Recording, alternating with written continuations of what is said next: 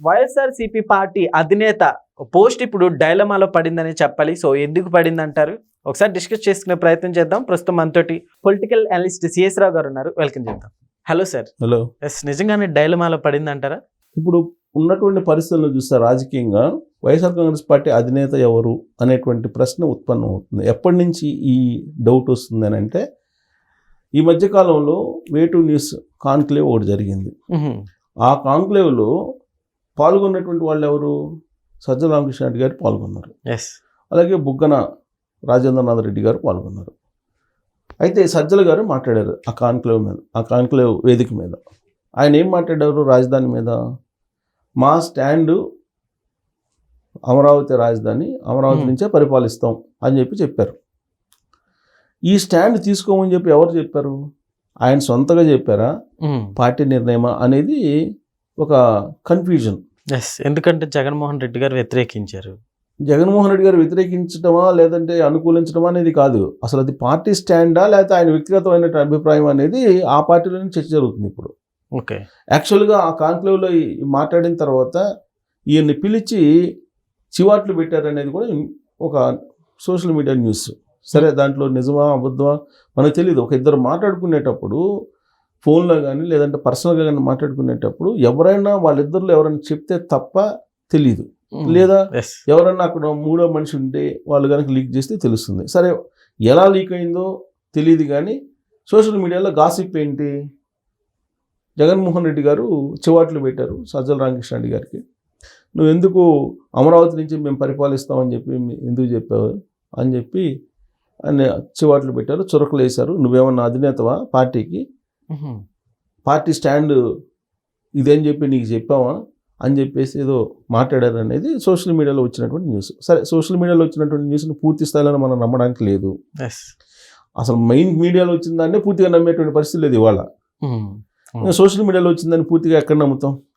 కాకపోతే పార్టీలో అంతర్గతంగా జరుగుతున్నటువంటి పరిణామాలు కానీ లేదంటే ఆ కాంక్లేవ్ అయిపోయిన తర్వాత సజ్జల రామకృష్ణారెడ్డి గారు ఎక్కడా కనిపించకపోవడం చురుగ్గా, ఈ పరిణామాలను గమనిస్తే కనుక ఆ సోషల్ మీడియా న్యూస్ కరెక్టేమో అనేటువంటి అభిప్రాయం కలగక మానదు.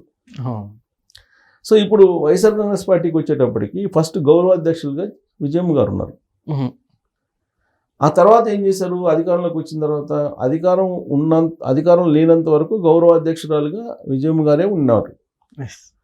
అధికారం వచ్చిన తర్వాత 2019లో ఆ తర్వాత జరిగినటువంటి ప్లేనరీలో ఆవిడ్ని తప్పించేసి ఆవిడే తప్పుకున్నారని చెప్తున్నారు, కానీ తప్పించారని చెప్పేసి కొంతమంది అంటారు. సరే, తప్పుకున్నారా తప్పించారా అనేది పక్కన పెడితే వైఎస్ఆర్ కాంగ్రెస్ పార్టీ శాశ్వత అధ్యక్షుడిగా జగన్మోహన్ రెడ్డి గారు అని చెప్పి ఆ తీర్మానం చేసి ఆ ప్లేనరీలో ఏకగ్రీవంగా ఆమోదించి దాన్ని పంపించారు ఎలక్షన్ కమిషన్కి. ఎలక్షన్ కమిషన్కి పంపిస్తే ఎలక్షన్ కమిషన్ నో అని చెప్పింది. ఎందుకు? నామ్స్ ప్రకారం శాశ్వత అధ్యక్షుడు అనేది ఉండదు, సో కాబట్టి ఇది చెల్లదు అని చెప్పి. అందుకే మళ్ళీ యాస్టీస్గా ప్రతి 2 సంవత్సరాలకు ఒకసారి ప్లేనరీ పెట్టుకోవడం, మళ్ళీ ఎన్నిక చేసుకోవడం, ఇవి జరుగుతుంటుంది. ప్రక్రియ ప్రకారం, వాళ్ళ మార్గదర్శకాల ప్రకారం, వాళ్ళ నామ్స్ ప్రకారం జరుగుతూ ఉంటుంది. విజయమ్మ గారిని పక్కన పెట్టేశారు, ఆ పార్టీకి సంబంధం లేదు ఆవిడకి. అయితే ఇప్పుడు జగన్మోహన్ రెడ్డి గారు అధ్యక్షుడు అయిన తర్వాత జరిగినటువంటి ఆయన అధ్యక్షతన జరిగినటువంటి ఫస్ట్ ఎన్నిక ఏంటంటే 2024 ఎన్నిక. ఈ 2024 ఎన్నికలో ఆ పార్టీకి వచ్చిన ఎమ్మెల్యే స్థానాలు ఎన్ని? 11. జనరల్గా అయితే నైతిక బాధ్యత వహిస్తూ పార్టీ అధ్యక్ష పదవికి రాజీనామా చేస్తుంటారు ఎవరైనా. ఇప్పుడు కాంగ్రెస్ పార్టీ రాలేదని చెప్పేసి రాహుల్ గాంధీ గారు నైతిక బాధ్యత వహించి ఆయన పిసిసి ఏఐసిసి అధ్యక్ష పదవికి ఆయన రాజీనామా చేశారు. జనరల్గా నైతిక బాధ్యత వహిస్తూ రాజీనామా చేస్తారు. అది జనరల్గా జరిగే ప్రక్రియ. తర్వాత మళ్ళీ ఒకవేళ మాట్లాడుకోవచ్చు, అది కరెక్ట్ కాదని చెప్పి మళ్ళీ ఆయన కావచ్చు, అది వేరే. ఓటమి చెందిన తర్వాత సహజంగా రాజీనామా చేస్తారు. కానీ జగన్మోహన్ రెడ్డి గారు ఆ దిశగా ఆలోచించాల. ఆ దిశగా ఆలోచించకపోగా ఆయన ఏం చెప్పారు? తొలి రోజుల్లో వైఎస్ఆర్ కాంగ్రెస్ పార్టీ అధ్యక్షుడిగా ప్రెస్ మీట్ పెట్టి ప్రెస్లో ఏం చెప్పారు?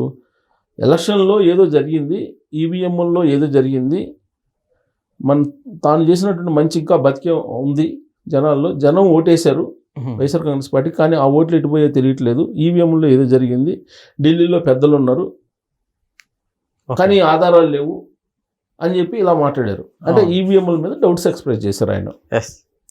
ఆ తర్వాత ఏం చేశారు, ఆ తర్వాత మనం చేసిన మంచి బతికే ఉంది, అందుకే 39% ఓట్ బ్యాంక్ ఉంది మనకి, 40% చెప్పాడు ఆయన, రౌండ్ ఫిగర్ చెప్పారు, 40% ఓట్ బ్యాంక్ ఉంది కాబట్టి మనం చేసిన మంచి బతికే ఉంది, కాబట్టి ఈ మంచిని ప్రజలకి గుర్తు చేయండి, నేను కూడా ప్రజల్లోకి వస్తాను, పాదయాత్ర చేస్తాను, నాకు వయసు ఉంది, నేను 2019 ఎన్నికలకు ముందు ఏ విధంగా అయితే పాదయాత్ర చేశానో అదే తరహాలో పాదయాత్ర చేసేటువంటి వయసు నాకుంది, ఆ స్టామినా ఉంది అని చెప్పి ఆయన చెప్పారు.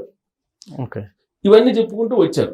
సరే, చెప్పుకుంటూ వచ్చి చంద్రబాబు నాయుడు గారు ప్రమాణ స్వీకారం చేయడానికి కొన్ని రోజుల తర్వాత చేసిన తర్వాత జస్ట్ ఆయన చేసి అసలు కుర్చీలో కూర్చున్నాడో లేదో ఈ లోపుగానే ఢిల్లీ వెళ్ళిపోయి రాష్ట్రంలో రాష్ట్రపతి పాలన పెట్టాలి, లా అండ్ ఆర్డర్ బాగలేదని చెప్పి మొదలుపెట్టారు. ఆ తర్వాత ఏం చేశారు, నాకు ప్రతిపక్ష హోదా కావాలి అని చెప్పి, ప్రతిపక్ష హోదా ఇస్తేనే నేను అసెంబ్లీకి అటెండ్ అవుతానని చెప్పి ఇంకొక స్టాండ్ మొదలుపెట్టారు. సో ఇలా రకరకాలుగా స్టాండ్ మొదలుపెట్టడంతో అక్కడ వైఎస్ఆర్ కాంగ్రెస్ పార్టీలో ఈయన తీసుకుంటున్నటువంటి నిర్ణయాలు ఏదైతే ఉన్నాయో అవి కరెక్ట్గా లేవనేది ఆ పార్టీలోనే చాలా మందిలో ఉన్నటువంటి భావన. అందుకే ఆయన ఈ మధ్య యూరియా సమస్య మీద పిలుపునిచ్చిన, అంతకుముందు ఈ మామిడి ధరల మీద పిలుపునిచ్చిన, లేదా పొగాకు ధరల మీద పిలుపునిచ్చిన వైఎస్ఆర్ కాంగ్రెస్ పార్టీ కదిలి ముందుకు రావట్లా. ఏది ధర్నాలు చేయడానికి కానీ, నిరసన వ్యక్తం చేయడానికి కానీ క్యాడరే ముందు రావట్లా. ఎవరో 10 మందో 15 మందో లీడర్స్ ఉంటారు కదా, వాళ్ళు ఏదో వచ్చి నామకం వస్తే తూతు మంత్రంగా వెళ్ళిపోతున్నారు తప్పితే రాష్ట్ర వ్యాప్తంగా ఎక్కడ చేయాలి ఉద్యమాలు అనేటువంటి స్థాయిలో రావట్లా ముందుకి. అంటే ఆయన నాయకత్వంలో ఆయన తీసుకున్న నిర్ణయాల మీద చాలా మందికి వ్యతిరేకత ఉంది అనేది. అందుకే అందుబాటులో ఉన్నట్టు లీడర్లతో మాట్లాడుతున్నారు తప్పితే ఆయన ఏదైనా మీటింగ్ పెట్టినా కానీ అందరు రావట్లేదని చెప్పి అందుబాటులో ఉన్న లీడర్లతో మాట్లాడి మంగళ బుధవారాల్లో వెళ్ళిపోతున్నారు ఆయన బెంగళూరు. సో ఇక్కడ సజ్జల రామకృష్ణారెడ్డి గారు కీ రోల్ పోషిస్తున్నారు మళ్ళా. అంటే దాని అర్థం ఏంటి, సజ్జల రామకృష్ణారెడ్డి గారే పార్టీ అధినేతగా వ్యవహరిస్తున్నారు. అప్పుడేమో అధికారంలో ఉన్నప్పుడేమో షాడో సీఎంగా వ్యవహరించారు, సకల శాఖ మంత్రిగా వ్యవహరించారు. ఇప్పుడేమో మళ్ళీ అదే సజ్జల రామకృష్ణారెడ్డి గారు పార్టీ అధినేతగా షాడోగా వ్యవహరిస్తున్నారు. ఈయన అసలు అధికారం కోల్పోవడానికే కారణం ఆయన. జగన్మోహన్ రెడ్డి గారి కానీ క్యాడర్కి ప్రజలకి మధ్య దూరం పెంచింది కూడా ఆయనేను. ఇప్పుడు మళ్ళా ఆయన్నే చూపిస్తున్నారు. కాబట్టి ఈ పార్టీ ఈయన కష్టం అనేటువంటి అభిప్రాయం వైఎస్ఆర్ కాంగ్రెస్ పార్టీలోనే వినిపిస్తుంది కొంతమందిలో. ఎందుకు, సజ్జల రామకృష్ణారెడ్డి గారిని కారణంగా చూపిస్తున్నారు. ధనంజయ రెడ్డి, సజ్జల రామకృష్ణారెడ్డి ఈ కోటరీ కారణంగానే వైఎస్ఆర్ కాంగ్రెస్ పార్టీ దెబ్బతిందని చెప్పి ఎవరు చెప్పారు, సాయిరెడ్డి గారే చెప్పారు. ఆ కోటరీ పోయినప్పుడే జగన్మోహన్ రెడ్డి గారు మళ్ళీ అధికారంలోకి రాగలరు వస్తే, లేదా ఆ కోటరీ ఉన్నంత వరకు రారని చెప్పి విజయసాయిరెడ్డి గారు చెప్పారు కదా. వైఎస్ఆర్ కాంగ్రెస్ పార్టీలో ఉండేటువంటి చాలా మందిలో కూడా అదే భావన ఉంది.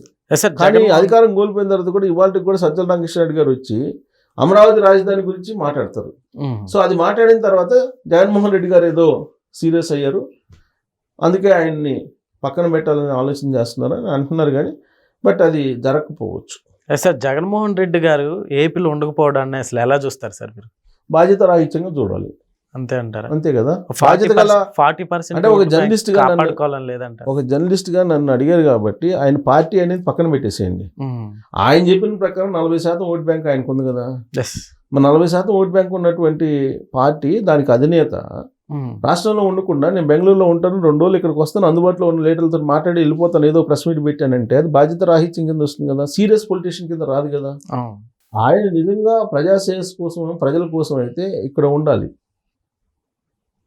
రాష్ట్రంలో ఉండి పోరాటాలు చేయాలి.